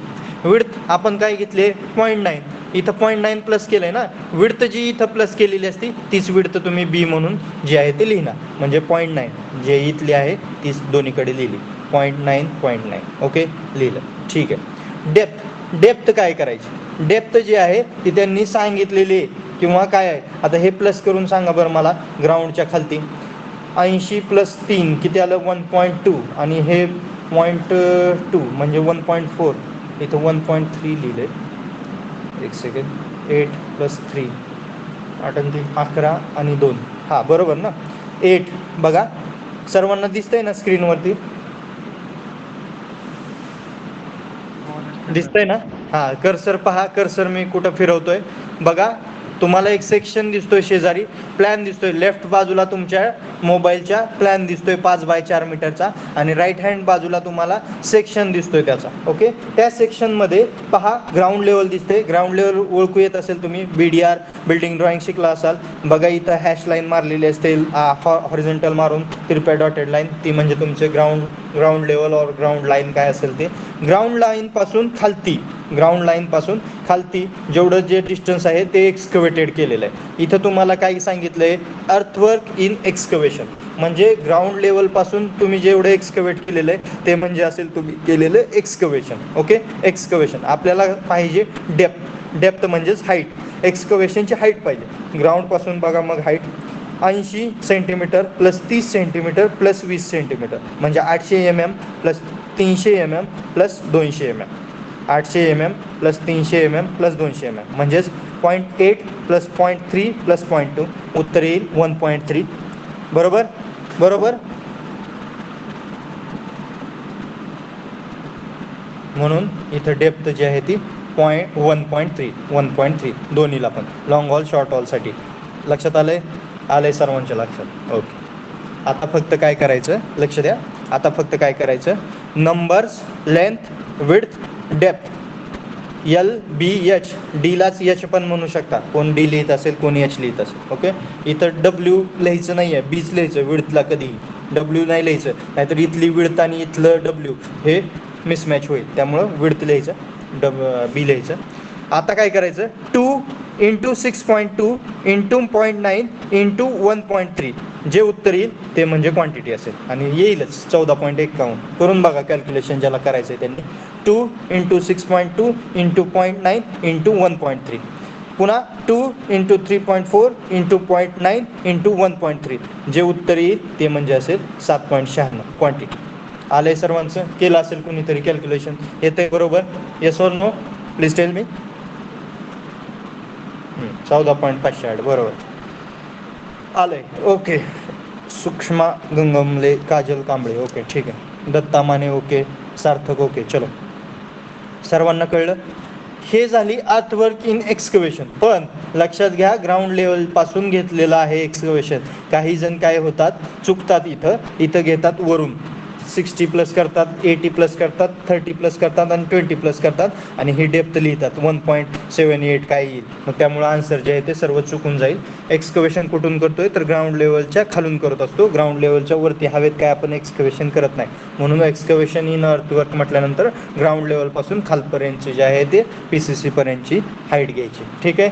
आलेलं उत्तर 14.51 प्लस 7.96 जी क्वांटिटी आहे ती दोन्ही प्लस करा, ती जी असेल ती तुमची टोटल क्वांटिटी असेल. 14.51 प्लस 7.96 उत्तर येईल 22.47. ती लिहावं लागेल तुम्हाला टोटल क्वांटिटीमध्ये. हे झालं एक, तुम्हाला 2 मार्क्स मिळाले. Earthwork in excavation in foundation हे तुमचं ओके झालं. सर्वांना इथपर्यंत लक्षात आलेलं आहे? काही प्रॉब्लेम नसेल. फास्ट होत असेल तर फास्ट झालं सांगा सर, आम्हाला नाही लक्षात आलं. पण मे बी मी सर्वांपर्यंत पोहोचावं असंच सांगितलेलं आहे. इथं काय मी इंग्लिश वर्डिंग केलेलं नाही आहे किंवा काही तुम्हाला हे सांगितलं नाही आहे. ओके. हा सोपा प्लॅन आहे. आणखीन थोडासा ट्विस्टिंग प्लॅन असतो, त्यामध्ये लॉंग हॉल किती, शॉर्ट हॉल किती, त्या थोड्याशा समजायला आणखीन थोडंसं इंटरेस्टिंग आहे, आणखीन इंटरेस्ट येतो. Okay. Next, second, lime concrete bed in foundation. Lime concrete bed in foundation. बघा सेक्शनकडे या. आता आपला प्लॅनचा संबंध संपला. प्लॅनमध्ये आपण लॉंग हॉल शॉर्ट हॉल ठरवल्या, लिहून टाकायचं. Long hall is equal to 2, short hall is equal to 2 numbers. Okay. लिहून टाकायचं एकदाच आणि त्यानुसार मग इथं घेत राहायचं 2 2 2. लॉंग हॉलसाठी 2 लिहायचं, शॉर्ट हॉलसाठी 2 लिहायचं, असं लिहित राहायचं. इथं पण सेम तसंच होणार. लॉंग हॉलसाठी 2 येणार, शॉर्ट हॉलसाठी 2 येणार. हे समजलंय. 5.3 कुठून आलं हे माहीत आहे तुम्हाला आणि शॉर्ट हॉल हे माहीत आहे. लॉंग हॉल करत असताना प्लस करायचं. मी ज्यावेळेस डिप्लोमाला होतो त्यावेळेस माझी पण स्वतःची चूक होत होती.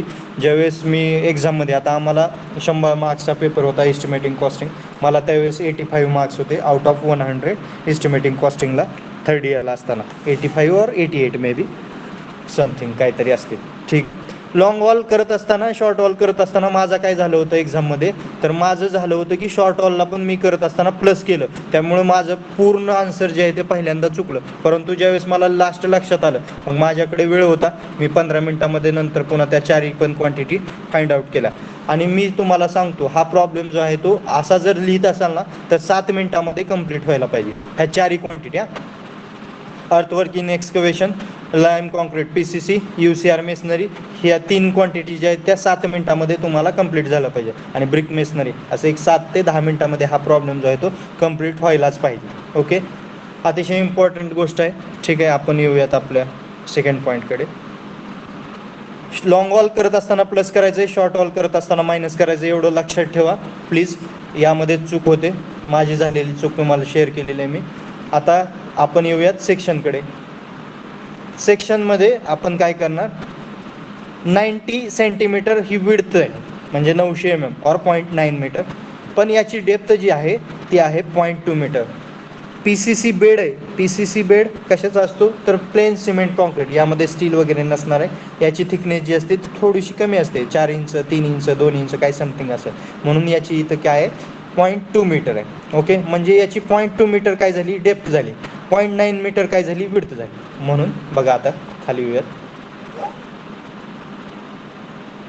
5.3 प्लस 0.9 त्याची विड्थ लिहिलं, 6.2 उत्तर आलं, ती झाली तुमची लेंथ. 0.9 विड्थ आहे, 0.9 लिहिलं विड्थमध्ये, आणि त्याची डेप्थ किती आहे 0.2 मीटर. पाहिले सर्वांनी इथं 0.2 मीटर, म्हणून 0.2 मीटर झालं. इंटू करा, उत्तर येईल, ती असेल फक्त क्वांटिटी. शॉर्ट हॉलमध्ये मायनस करून 3.4 लेंथ आली, 0.9 त्याची विड्थ आहे आणि 0.2 जी आहे ती त्याची डेप्थ आहे. इंटू करा सर्व, 2 इंटू 3.4 इंटू 0.9 इंटू 0.2, ती असेल तुमचं क्वांटिटी. ह्या दोन्हीचं प्लस करा, ती असेल तुमची टोटल क्वांटिटी. ओके, आलंय सर्वांचं उत्तर बरोबर? Yes or no? PCC bed झाला सर्वांचा, आलाय लक्षात? यामध्ये काही अवघड असं नाही आहे मे बी.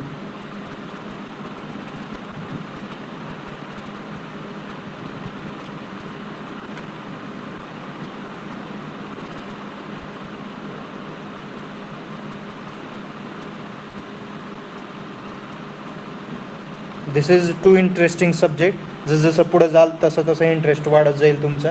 आणखीन खूप इंटरेस्टिंग आपल्याला शिकायचं आहे, काय काय गोष्टी कशा कशा हे सर्व काढायचं आहे आपल्याला.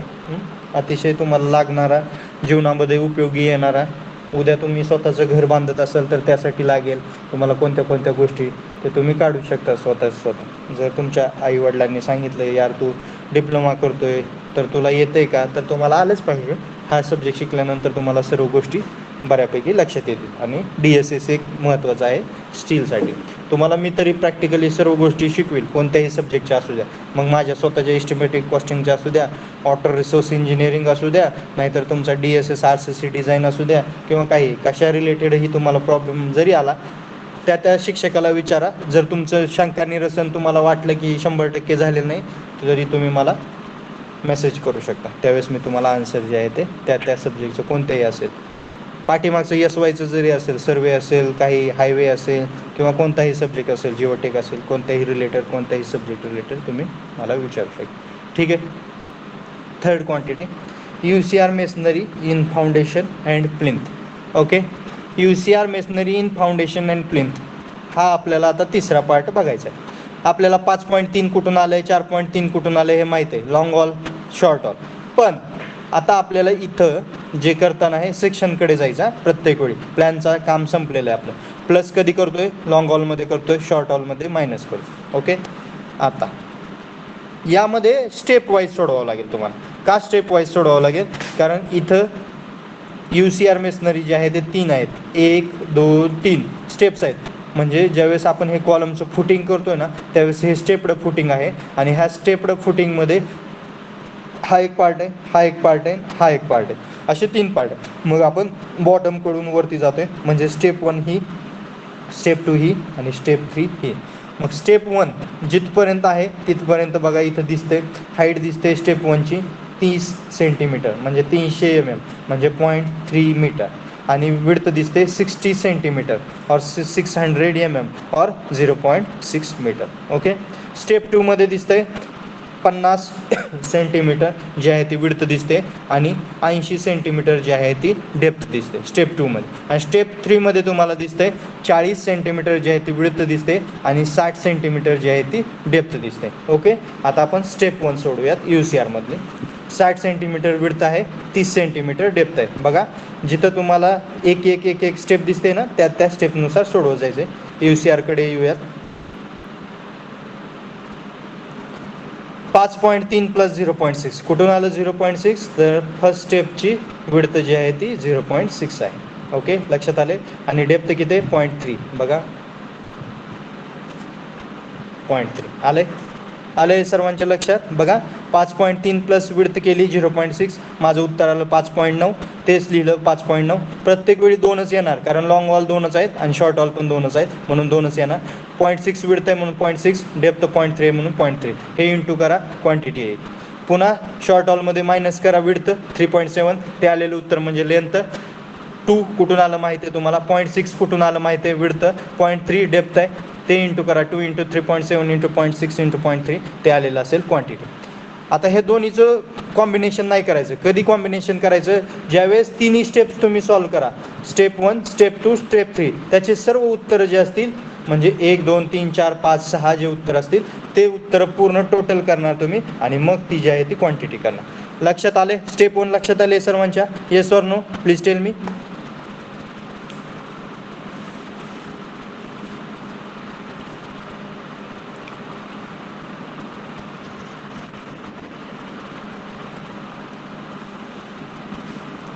दत्ता माने, यस. अस्मिता, संकेत, रिपीट करता का? प्रतीक, ओके, ठीक आहे. पहा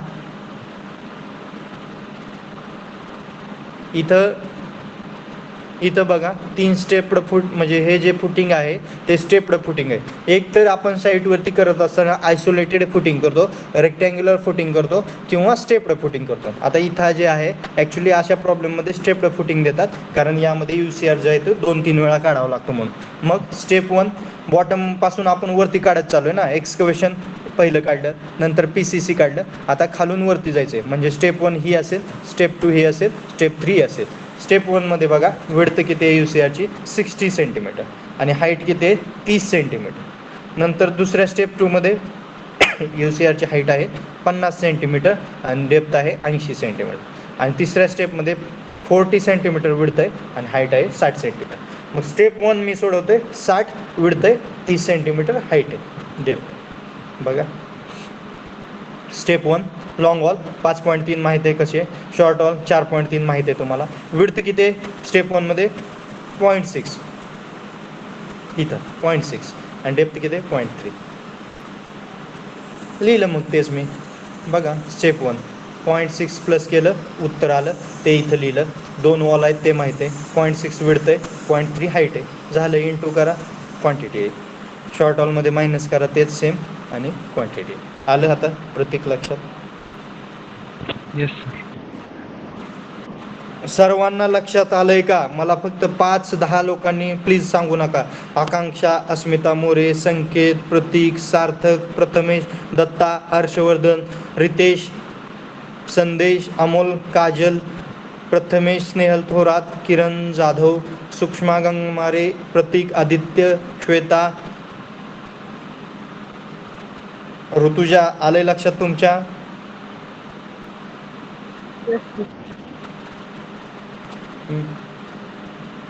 पूजा, प्रथमेश, सर्वांना आले. आता 31-35 ऋतुजा सस्ते, ओके गुड. चला सर्वांना आलंय म्हणजे काय प्रॉब्लेम नाही आहे. केतकी, ओके ठीक आहे. 30-35 जणांचा रिप्लाय आलाय म्हणजे ऑब्विसली सर्वांना आले. मला मी जे सांगतोय ते लोएस्ट टू हायेस्ट, म्हणजे ज्याला 90, 95, 98% असतील और 100% असतील त्याला पण कळलं पाहिजे तेवढंच. आणि ज्याला 40% असतील, 35 मार्क असतील और 28 मार्कावर तो पास होतोय त्याला पण लक्षात आलं पाहिजे. ज्याला एक समजत नसेल ना त्यानं मला विचारू शकता, मी सांगत जाईल, परंतु लेक्चरमध्ये विचारत चला. ओके, लाजायचं नाही आहे कुणाला, काय तुम्ही सर्व गोष्टी विचारू शकता. Second step, step 2. स्टेप 2 मध्ये पहा काय, स्टेप 2 मध्ये आहे 50 विड्थ आणि हाईट आहे 80. स्टेप 2 विड्थ किती आहे 50 म्हणजे 0.5 आणि हाईट आहे 0.8. बघा मग 5.3 कुठून आलं, 4.3 माहिती आहे. Long wall, short wall, long वॉलमध्ये प्लस करा, शॉर्ट वॉलमध्ये मायनस करा. 0.5 50 सेंटीमीटर और 500 mm. 0.5 प्लस केलं 5.3 मध्ये 5.8 आलं, इथं 5.8, 2 नंबर्स आहेत. 0.5 म्हणजे त्याची विड्थ घेतली जी आहे तीच, आणि 0.8 म्हणजे त्याची डेप्थ घेतली स्टेप 2ची आणि इंटू केलं, ते आलं उत्तर. सेम स्टेप 3ला तसंच करणार. स्टेप 3ला काय करणार, 0.4 आणि 0.6, 0.4 विड्थ, 0.6 हाईट.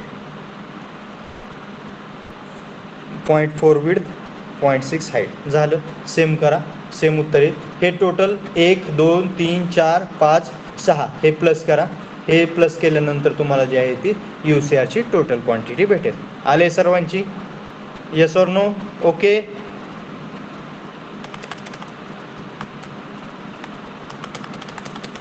ओके, असंच आपल्याला जे आहे ते प्रॉब्लेम सॉल्व करायचे. कशावरून? Long hall short hall method. हे फक्त झालं. आत्ता तुम्ही काय शिकलात? एक्सकवेशन कसं काढायचं. एक्सकवेशन लक्षात घ्या, काही जण चुकतात परीक्षेमध्ये. मी माझी स्वतःची चूक सांगेल तुम्हाला. एक्सकवेशन घेताना काही वेळेस काय होतं, ह्या ग्राउंड लेवलच्या वरचं पण पकडलं जातं. जे UCRचं हा वरचा पॉईंट आहे ना, हा 60 हे पण प्लस होतं, त्यामुळं पण चुकू शकतं. त्यामुळं लक्ष द्या. आणि लॉंग हॉल करत असताना प्लस करा, शॉर्ट हॉल करत असताना मायनस करा. आणि UCR प्रत्येक स्टेप वाईज करा आणि टोटल क्वांटिटी प्लस करा. सर्व शेअर करतो मी तुम्हाला. कोणतीच गोष्ट ठेवत नाही आहे की कोणती चुकते, कोणती प्लस होते. कॉम्पिटेटिव्ह एक्झाम असेल किंवा काय कोणत्या गोष्टी असतील त्यासाठी पण मी सांगत जाईल. आले स्नेहल थोरात लक्षात तुमच्या?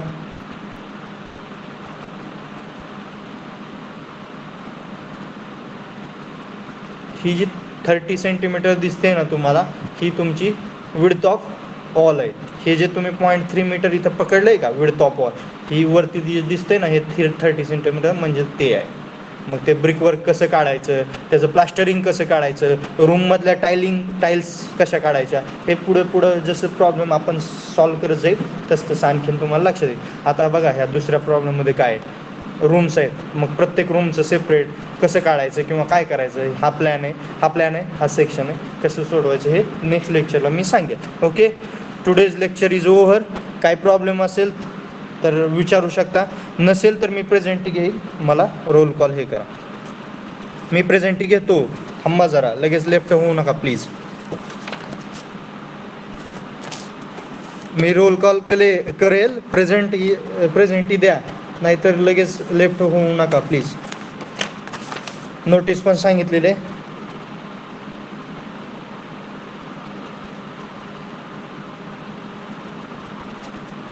चला, roll number 1 2 present. 3 present. 4. Roll number 4. Roll number 5. Roll number 4 present. Present. Okay, Payal. आणि roll number 5 present. Okay. 6. Roll number 6. Present. Roll number 6 कोण आहेत? प्रेझेंट. ओके, ठीक आहे. 7. Roll number 6 present. Roll number 7. हो, काजल लिहिलं. ओके. 7. 8. प्रेझेंट. श्वेता 8 ना? Yes. Okay. 9. Present. 10. Roll number 10. 10 Dnyaneshwari 10 आहेत का तुमचा? रोल नंबर 10 नाही? Sir Dnyaneshwari Shinde. Roll number okay 10. Okay okay. 11. 12. Present. 13. Present sir. 14. Present sir. 15. Present sir. 16. 16. 17.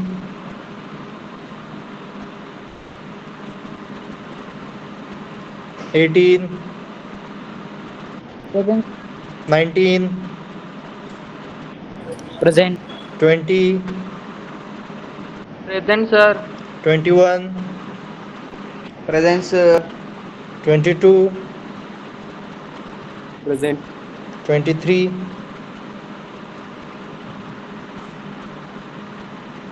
24. Present. 25. Present. 26. Present sir. 27. Present. 28.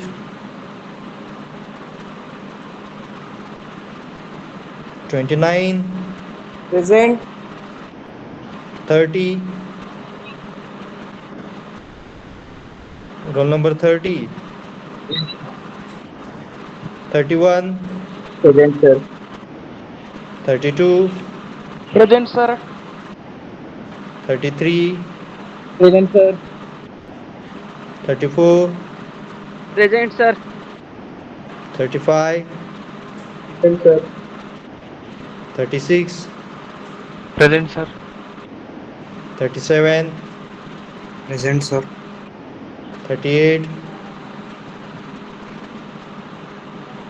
39, 40, Present, sir. 41, 42, Present. 43, Present, sir. 44, Present, sir. 45, Present, sir. 46, Present, sir. 47, Present, sir. 48, Present, sir. 49, Present, sir. 50,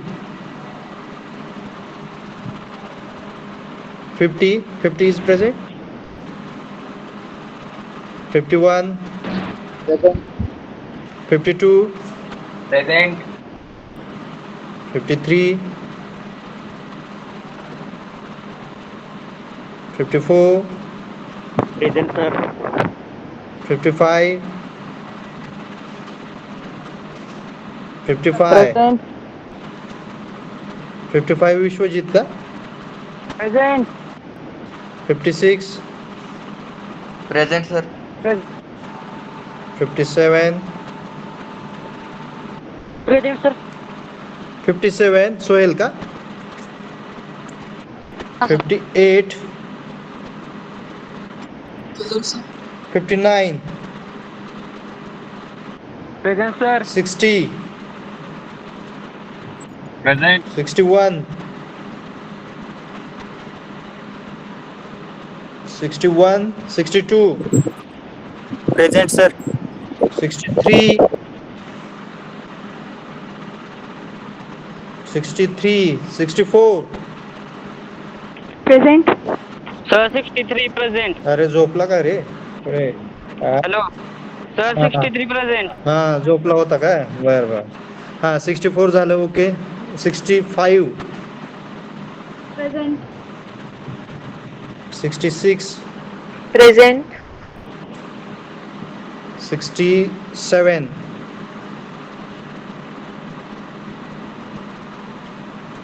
67, 68, 69,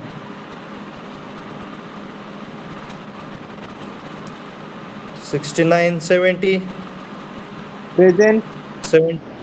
70 आहे. 71, Present, sir. 72, Present, sir. Last number तुमचाच आहे ना प्रथमेश? 72. नाही, विकास मस्के मी आहे आणि प्रथमेश आम्ही दोघं सोबत लेक्चर करतो. नाही नाही नाही 72 नंतर आहे का कोण? 73, 74 काय? नाही, लास्ट आहे सर 72. ओके ठीक आहे. थँक्यू. काय प्रॉब्लेम असेल नसेल तर लेफ्ट होऊ शकता. Bye. Hello sir, 28 present sir. 28 Varadraj का? बस ठीक है. 48, sir. हाँ वेट, हाँ चलो बोलो. 56.